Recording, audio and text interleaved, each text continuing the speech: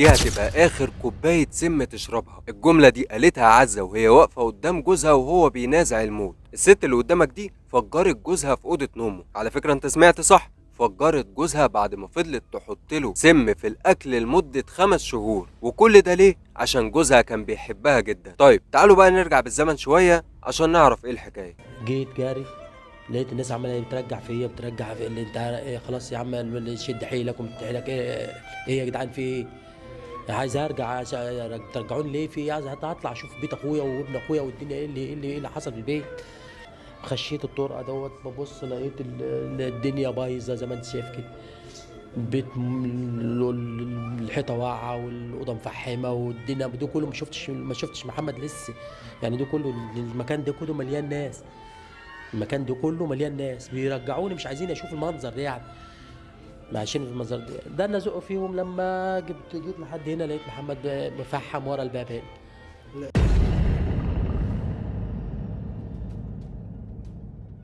في 2016 قرية المجفف بالشرقية، محمد خالد عسكر شاب عنده 18 سنة، كان شاب محترم جدا وأهله ناس محترمين وكل البلد كانت بتحبه. كان زي شباب كتير مننا بيشتغل علشان يصرف على نفسه ويقدر ان هو يكون نفسه. بس الإنسان مننا دايما لازم يبقى حاطط هدف قدامه وماشي عليه، والهدف اللي كان محمد حاطه قدامه هي عزة. عزة كانت ساكنة في نفس المنطقة اللي ساكن فيها أهل محمد، بالرغم من إن محمد كان ساكن أصلا في القاهرة، ولكن كان بيروح الشرقية دايما علشان يشوف عزة. كان بيحبها جدا وبيتمنى إن هما يتجوزوا. كان بيعمل كل اللي يقدر عليه علشان يبقوا مع بعض، ولكن القدر كان ليه رأي تاني، لأن محمد راح على بيتها علشان يخطبها بشكل رسمي، ولكن أهلها رفضوه. فقد الأمل في الوقت ده وحس إن حب عمره بيضيع منه، لدرجة إنه حاول ينتحر أكتر من مرة، بس برضه ما يقش وفضل يكلم أهله ويكلم أهل عزة. وهنا والد عزة قرر إن هو ينهي الموضوع ده، علشان كده قرر إن بنته تتخطب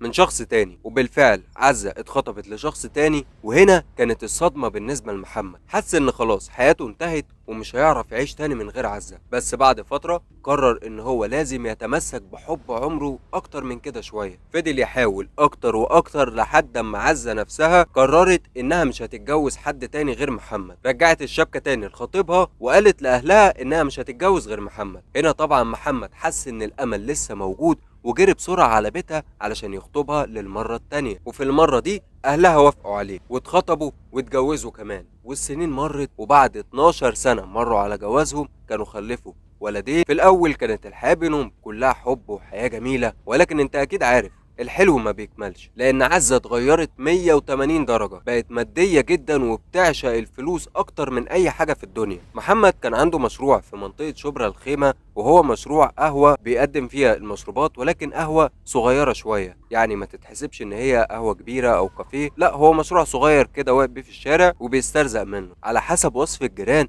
ان محمد ده كان شخص محترم جدا، وكان من بيته لشغله ومن شغله لبيته. مع ان عزة كانت بتقول غير كده خالص، كانت بتقول ان محمد بيتعاطى المخدرات وبيصرف كل فلوسه على السهرات مع اصحابه. المهم عزة زهقت من العيشة في القاهرة وكانت عايزة ان هي ترجع تاني تعيش في الشرقية. ولما عرضت الفكرة دي على محمد قال لها مش هينفع، انا شغلي هنا ومش هينفع ان انا كل يوم اروح الشرقية وارجع تاني على القاهرة. بس عزة فضلت قلبة وشها وكل يوم نكد، لحد اما محمد قال لها خلاص هتروح الشرقية. وركز معايا، قال لها هتروح الشرقية مش هنروح الشرقية، لأن عزة خدت عيالها وراحت الشرقية وعاشت في بيت قريب من بيت أهلها. وحجتها أصلا علشان تسيب القاهرة إنها كانت بتقول إن محمد كان بيجيب صحابه كل يوم يسهروا معاه في البيت ويفضلوا يشربوا في مخدرات، وان في واحد من صحاب محمد دول حاول ان هو يتعدى عليها اكتر من مرة. لكن على فكرة عيلة محمد نفت الكلام ده تماما وقالت انه غير صحيح. المهم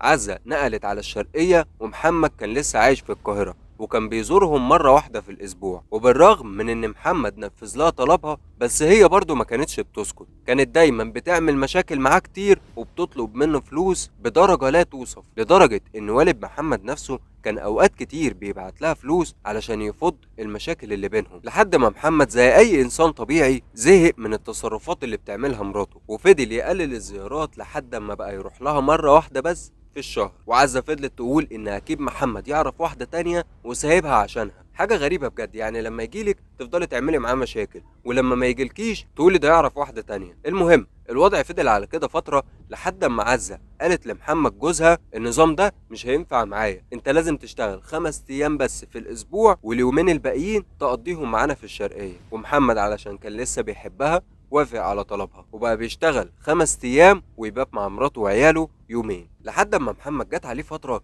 كان بيحس بوجع شديد جدا في بطنه، والوجع ده فضل مستمر معاه لمده 4 شهور، وكان بياخد ملين للمعده من غير ما يرجع لاي طبيب. ومراته كانت دايما بتقوله ان اكيد ده بسبب اكل الشارع اللي بتاكله في ال5 ايام اللي بتقعدهم في القاهره. طب ما انت عارفه ان جوزك بيتعب من اكل الشارع، بتنكد عليه وسايباه ياكل في الشارع ليه؟ المهم تعالوا بقى نوصل لقبل الجريمه بيوم واحد، واليوم ده كان عيد ميلاد عزة. محمد طلع على الشرقية وهو فرحان، وكان جايب هدية حلوة لمراته وعمل لها احتفال كده على قده في البيت، واهلها حضروا واهله حضروا. الكل كان مبسوط والدنيا كانت ماشية تمام. وخليني اقول لك ان طول ال5 شهور اللي فاتوا الوجع كان لسه مستمر في بطن محمد، ولكنه كان بالتدريج، يعني اوقات يبقى موجود معاه واوقات ما يبقاش موجود. وهو طبعا زي كتير مننا كان بيكسل ان هو يروح لدكتور. طيب نيجي بقى لتاني يوم بعد الاحتفال اللي حصل. محمد اليوم ده لقى اخته بترن عليه الصبح وبتقول له انها حجزت له عند دكتور علشان يروح يشوف ايه موضوع بطنه ده. ومحمد قام لبس علشان ينزل ويروح للدكتور، ولكن عزة وقفته وقالت له انت مش هتروح لدكاتره، انت تدخل اوضتك وتغير هدومك وتقعد على السرير،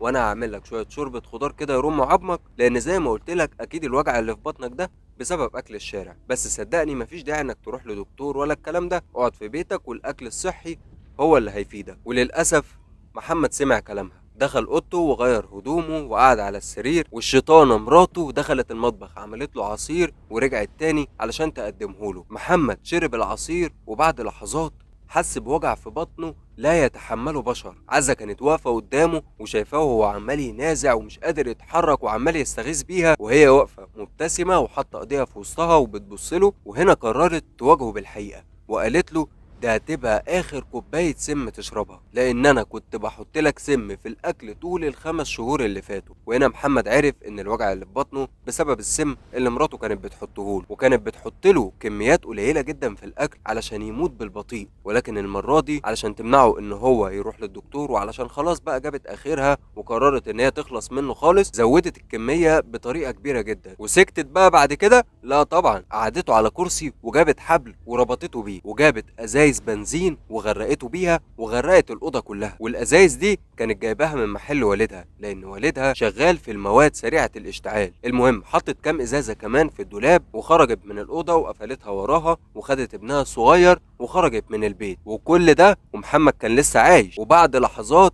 الناس تتفاجئ بانفجار شديد جدا خارج من بيت محمد، لدرجه ان الحيطه بتاعت الاوضه وقعت في الشارع. الناس طبعا جروا على الشقه بسرعه وشافوا جثة محمد وهي متفحمة. وعزة جت بسرعة جري وهي عمالة تصوت وتصرخ وتعمل الشويتين دول، والناس بلغوا الشرطة ورجال الأمن، وصلوا ونقلوا جثمان محمد على الطب الشرعي علشان يحددوا سبب الوفاة. ورجال الأمن طبعا بدأوا التحريات، لأن الانفجار اللي حصل ما كانش طبيعي، كان في شبهة جنائية في الموضوع ده، لأنهم لقوا الحبل اللي محمد كان مربوط بيه واقع جنب الجثة، وعرفوا إن أكرة الباب كانت متشالة من جوه، فمعنى كده إن في حد شال الأكرة علشان محمد ما يعرفش يخرج. وهنا الشرطة جابت أول واحدة كانت قريبة من محمد علشان يحققوا معاها، وهي عزة مراته. والشرطة عرفوا من الجيران إن عزة خرجت من البيت قبل الانفجار بلحظات، وكان معاها ابنها الصغير، وابنها الصغير قال لها الحقي يا ماما ده في دخان خارج من أوضة بابا، وهي سكتته وخدته ومشيت شويه. وده كان كلام الجيران اللي كانت موجوده ساعه وقوع الجريمه. وهنا طبعا الشرطه جابت عزة علشان تحقق معاها. واثناء التحقيق